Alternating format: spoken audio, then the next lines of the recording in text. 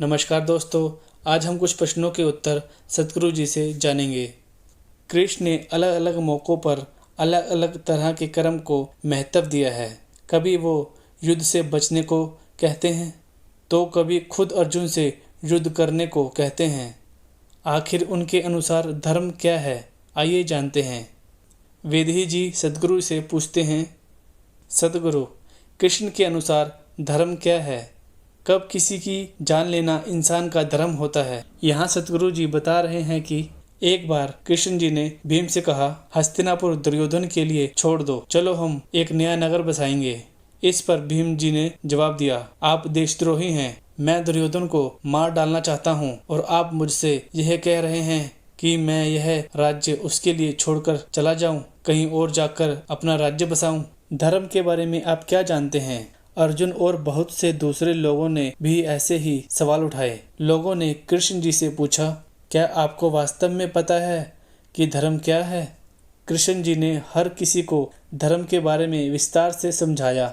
मैं उनके एक एक उत्तर की बात तो नहीं करूँगा, लेकिन उन्होंने सामान्य तौर पर यह कहा है कि अभी इस पल के कर्म के मामले में धर्म क्या है यह मैं नहीं जानता, क्योंकि कर्म परिस्थितियों पर आधारित होते हैं। हालांकि हम इसके बारे में सही गलत का फैसला करते हैं, लेकिन बाहर से देखने पर हम थोड़ा बहुत गलत भी हो सकते हैं। लेकिन जब बात अपने स्वधर्म की आती है, यानी मैं स्वयं अपने अंदर कैसे रहूं, तो इसके बारे में मैं पूरी तरह स्पष्ट हूं।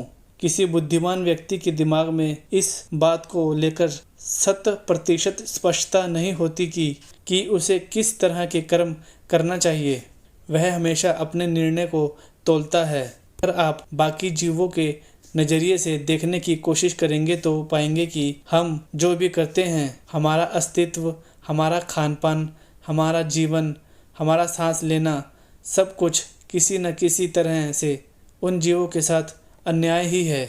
तो इस तरह इस दुनिया में कोई भी कर्म ना तो 100% सही है और ना 100% गलत। आपको बस यह देखना है कि आपके कर्मों से ज़्यादा लोगों का भला हो और फिर उसी हिसाब से कर्म करिए। जब बाहरी क्रियाकलापों की बात आती है तो उस पल के लिए उचित निर्णय लेना ही धर्म है। कोई यह तय नहीं कर सकता कि क्या सही है और क्या गलत। जब कर्म करने की बात आती है तो 100% स्पष्टता सिर्फ एक मूर्ख या एक कट्टर इंसान के दिमाग में ही होती है। बाकी सभी लोग हमेशा अपने निर्णय को तौलते हैं कि क्या सही है और क्या गलत। कोई दूसरा तरीका ही नहीं है। इस सृष्टि की प्रकृति ही ऐसी है।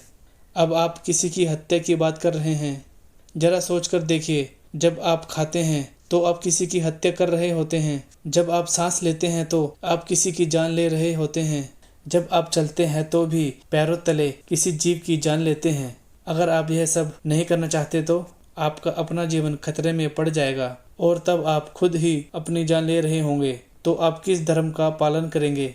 बात बस इतनी है कि आप भीतर से कैसे हैं। अगर आप में सभी को साथ लेकर चलने की भावना है तो आप अपनी बुद्धि से उस परिस्थिति के मुताबिक काम करेंगे। अगर आपकी मानसिकता सभी को साथ लेकर चलने की नहीं है, अगर आपकी सोच में तुम और मैं अलग अलग हैं, तो आप जो भी करेंगे वह गलत ही होगा।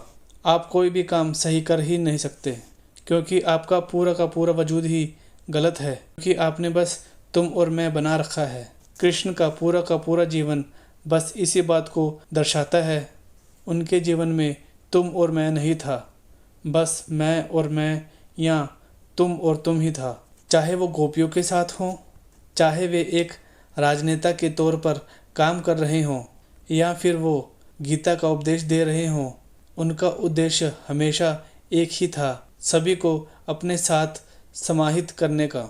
एक बार जब सिर्फ मैं ही मैं की बात आ जाए तो कर्म तो बस परिस्थिति और उचित निर्णय से तय होता है। कोई भी कर्म 100% सही या 100% गलत नहीं हो सकता। लेकिन जैसा कि कृष्ण जी ने हमेशा इस बात पर जोर दिया और मैं भी हमेशा यही कहता हूँ कि स्वधर्म यानी अपने अंदर कैसा होना है, इस मामले में आप 100% स्पष्ट हो सकते हैं।